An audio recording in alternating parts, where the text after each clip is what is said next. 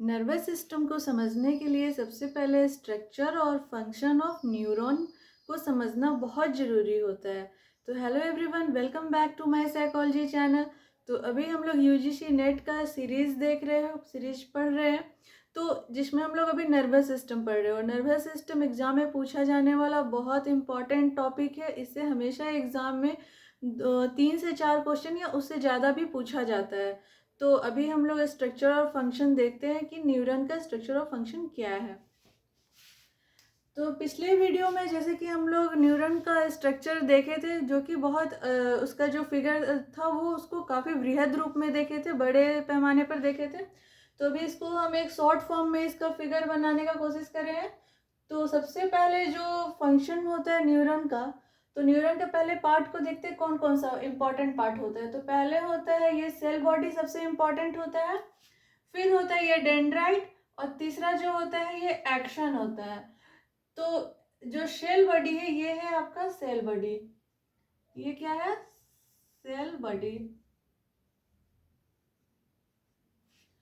तो cell body neuron की एक प्रमुख संरचना है। देखने से ही लग रहा है कि सेल बॉडी ये एकदम बीचों बीच है इस पूरे न्यूरॉन का। तो इसका ये प्रमुख संरचना है। यह तंत्रिका कोशिका का जीव होता है और इसमें एक विशेष प्रकार का तरल पदार्थ भी भरा होता है। ये जो सेल बॉडी है इसके बीच में एक लिक्विड फॉर्म है, ऐसे ऐसे जो डॉट डॉट बना है, ये एक लिक्विड फॉर्म बनाने का कोशिश कर रहे हैं। और इस लिक्विड को बोलते हैं साइटोप्लाज्म। साइटोप्लाज्म बोलते हैं जो सेल बॉडी के अंदर जो लिक्विड फॉर्म में रहता है उसे बोलते हैं साइटोप्लाज्म। और साइटोप्लाज्म के बीच में भी एक सेंटर होता है जो ये है, इसे बोलते हैं न्यूक्लियस। और कोई भी अगर न्यूक्लियस अगर किसी भी सेल बॉडी का अगर डेड हो जाए तो पूरा न्यूरॉन मृत हो जाता है, मर जाता है, डेड हो जाता है। तो सेल बॉडी के सेंटर में न्यूक्लियस होता है, ये जो हुआ ये न्यूक्लियस है, तथा इसके द्वारा न्यूरॉन में मेटाबॉलिक तथा जीव संरक्षण कार्य संपन्न होता है। यह डेंड्राइट द्वारा लाए गए सूचनाओं को ग्रहण करके एक्शन में बढ़ा देता है। अब जो देखिए, ये जो डेंड्राइट से इंफॉर्मेशन आया, कहाँ आया? सेल बॉडी में आया। सेल बॉडी से इसके न्यूक्लियस में आया, और न्यूक्लियस इससे जिंदा है। अगर न्यूक्लियस मर गया तो पूरा पूरा ये जो न्यूरॉन है वो डेड हो जाएगा।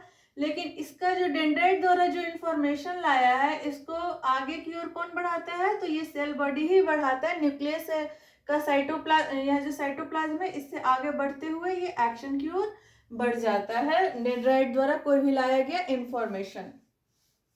दूसरा जो है इसका न्यूरॉन का जो इंपॉर्टेंट पार्ट है वो है एक्शन। तो ये जो लंबा जो पार्ट दिख रहा है ये हुआ एक्शन। तो इसका कार्य क्या है? तो एक्शन बॉडी में सूचनाओं, सेल बॉडी से सूचनाओं को प्राप्त करके बगल के न्यूरॉन को देता है। सेल बॉडी से जो भी इंफॉर्मेशन आया ये आगे बढ़ता है, जिससे होते हुए फिर यहाँ से दूसरे न्यूरॉन को ये ट्रांसफर कर देता है जो भी आता है सूचना। और एक्शन के समूह जो एक साथ मिलकर के एक समानांतर तार के समान हो जाते हैं वो नर्व कहलाते हैं। और बहुत ज्यादा नर्व मिलकर फिर नर्वस सिस्टम का निर्माण होता है। एक्शन पर उजला मोटा परत होता है। देखिए ये एक्शन है, इस पे एक एक परत चढ़ा हुआ है, इसे बोलते हैं माइलिन शीथ। इसे क्या बोलते हैं? इसे बोलते हैं माइलिन शीथ। और जो ये दो ठो भाग है इसे बोलते हैं नोड्स ऑफ रैनिवर। इसे बोलते हैं नोड्स ऑफ रैनिवर। और अब इसका जो तीसरा पार्ट हुआ न्यूरॉन का, पहला पार्ट हुआ सेल बॉडी, दूसरा जो हुआ ये हुआ एक्शन, और तीसरा जो है ये डेंड्राइट, ये इसका तीसरा पार्ट है। तो इसका प्रधान कार्य आने वाली सूचनाओं को ग्रहण करता है और सेल बॉडी को भेजता है। दूसरे न्यूरॉन से लाया गया इंफॉर्मेशन को कहाँ देता है? सेल बॉडी में। और फिर सेल बॉडी इसी इंफॉर्मेशन को एक्शन में भेजता है। फिर एक्शन से यहाँ डेंड्राइट होते हुए दूसरे न्यूरॉन में जाता है। तो यही है स्ट्रक्चर और फंक्शन ऑफ न्यूरॉन। ये एक बहुत इंपॉर्टेंट टॉपिक है, इससे हमेशा एग्जाम में आता है बहुत सारा ऑब्जेक्टिव क्वेश्चन।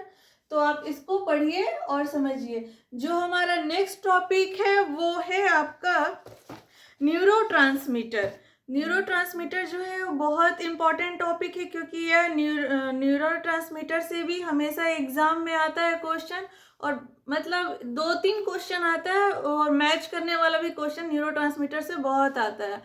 तो अगर आप लोगों को मेरा चैनल पसंद आ रहा है और यूजीसी नेट क्रैक करना है, आपको असिस्टेंट प्रोफेसर बनना है, तो आप मेरे चैनल को यूट्यूब वाले जल्दी जल्दी सब्सक्राइब कर लीजिए ताकि आगे का नोट्स आपको मिलता रहे, और फेसबुक वाले चैनल को फॉलो कर लीजिए आगे के नोट्स के लिए।